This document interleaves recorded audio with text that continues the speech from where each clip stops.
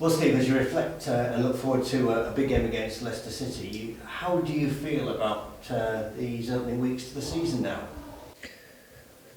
Well, I think the most important thing is that we got off to a decent start. We weren't spectacular, or we haven't been spectacular, apart from the other day. I thought we played very well against Birmingham. And that capped off a really decent week after comprehensively beating Ipswich. We've done the same again with Birmingham. So I think it was vital that we got off to a decent start, as I said, to lift the inevitable doom and gloom what surrounds the club in relegation. And it was a difficult period for everybody concerned. And as I've said many times, we were the last, for example, to bring a player in. I think there was times during the close season the supporters were looking and saying, "Well, when are we going to make a signing?" But it was very important that we stayed patient to see who was going to leave. With the club having the policy and the right policy that everybody takes a wage reduction.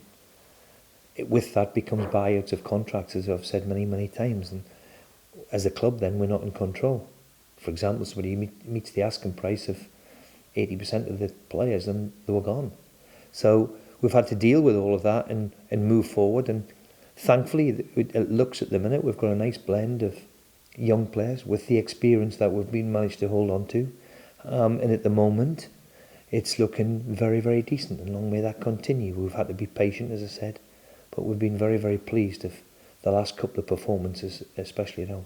Well, you're more or less, Brighton notwithstanding where you'd want to be in the league, and you're probably as well off as you might have expected in the League Cup, and you play a Leicester City side who, let's face it, have confounded expectations, haven't they? They've been, well, probably one of the main reasons that we're in this division is the form of Leicester. I mean, to stay up the way they did, I think they won 8 out of the last 10 games. They've lost 2 in 21 in the Premier League, which is quite remarkable.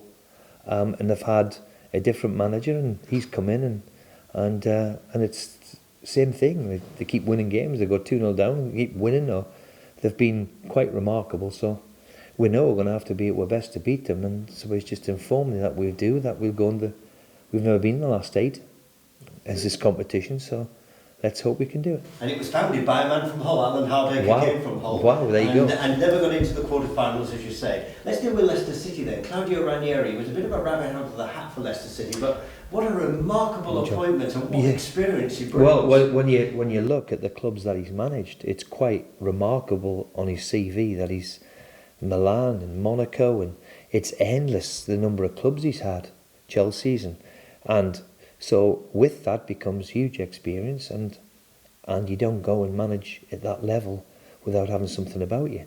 And certainly he's got that charisma, which obviously players enjoy playing for him. And as I said, you wouldn't have the CV he's got unless you've got a bit of talent. So he's taken on the mantle from Nigel and had a wonderful start. They said 5th with a quarter of the Premier League gone. They said 5th, so they're doing something okay. They certainly are, so one to definitely watch out for. Yeah. Have you crossed swords with Ranieri when he was at Chelsea? I don't know. I can't really remember. It's you try and think back. I'm not so sure I did, but certainly I look forward to sharing a glass of red or two with them tomorrow night.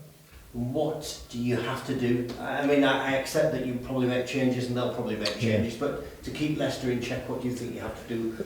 Well, I think it's normal now that people make changes, and the reason being really is back in the day we didn't have squads where you had a squad of players and that was it. Back in the day, you lost a player through an injury, you went and replaced them because the transfer window was open, and you carried a smaller squad than 25 players like we are doing and Leicester are doing. You carry a squad of 25 players, then you must use them and give them some game time. So we'll give the game time to a few players who desperately need it. And like we did against Swansea, and we did the round before that, we'll make some changes, but we've got good players coming into the team. So let's hope we can play well, and we'll have to, against a very good Leicester team. The one thing we need is to play well to get a result. And I understand one of those changes might be Harry Maguire making a start, but I understand also an enforced start. Can you tell us about that? Yeah, well, of course, Curtis hurt his groin against Ipswich, and Alex has got a sore groin. We'll see how he is tomorrow, but the last thing I'm going to do is be gambling, and Harry's had to be patient for his time. and another one of the young lads that we invested in when we were in the Premier League, and he's had to wait and be patient. I'm sure there's times where he's been totally and utterly frustrated, because Harry, playing for Sheffield United, is used to playing every week. He played 160 games, I think, never missed a game for 3 years. So he's had to be patient with the form of Davis and Dawson in particular. But so I've got no qualms of throwing him in. It's just the type of game that he will relish, and let's hope he makes a fist of it. I'm convinced he will. I'm sure he's still got a lot ahead of him. He's only a young lad, and like most of the young ones at all, they've had to wait to grab that chance. But there's Harry, and there's Greg Lewin, there's Otto Bejo, and there's Klukas, and there's Robertson, and there's Akpom, and there's Isaac. They're all jumping at the bit as young players to play, and I think that's the healthy situation that we'll find ourselves in. Is that one of the reasons why you're pushing on two fronts, this League Cup front and now the Championship front? Well, of course. I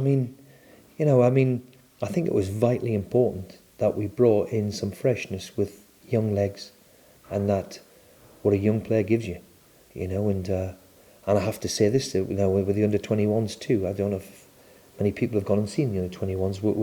We've made huge changes, and fair play to Tony Pennick and his assistants of what they've done at that level. But we've tried remarkably hard to now introduce some young players lower down in the system, because there's nothing quite better than bringing a young player through. And I hope in the next couple of years, of course, that we can bring somebody through from this area. It seems too long that this club has gone too long without somebody from the local area coming and making a fist of it and playing, because I think all the supporters associate with that. I know you've made that point almost since you arrived here. I know we've had conversations privately about that situation, and you mentioned the under-21s. Yes. Playing at a higher level this year, and well, they might have lost today. Lost today. The kiss of death. Yeah, but they've gone top. It's not all about results, but it shows you where they are. They've gone up to a high level, or top of the league. I think if they lose today, it's the first one in 8. So fair play to them all. We've spent a lot of time and effort to try and turn that round, and it's starting to bear a bit of fruit. And there's nothing better, as I said, than to introduce a young player to everything, and let's hope we can do it. Thank you. Steve, how's Shawnee Luke after the weekend? He's struggling. I don't think he'll make it. Robert Snodgrass, did he make it? Snodgrass trained today. Snodgrass trained today, which I think everybody in the whole club is delighted that he's on the grass training with us. Still got a long way to go, but he's made his first steps, and good for him.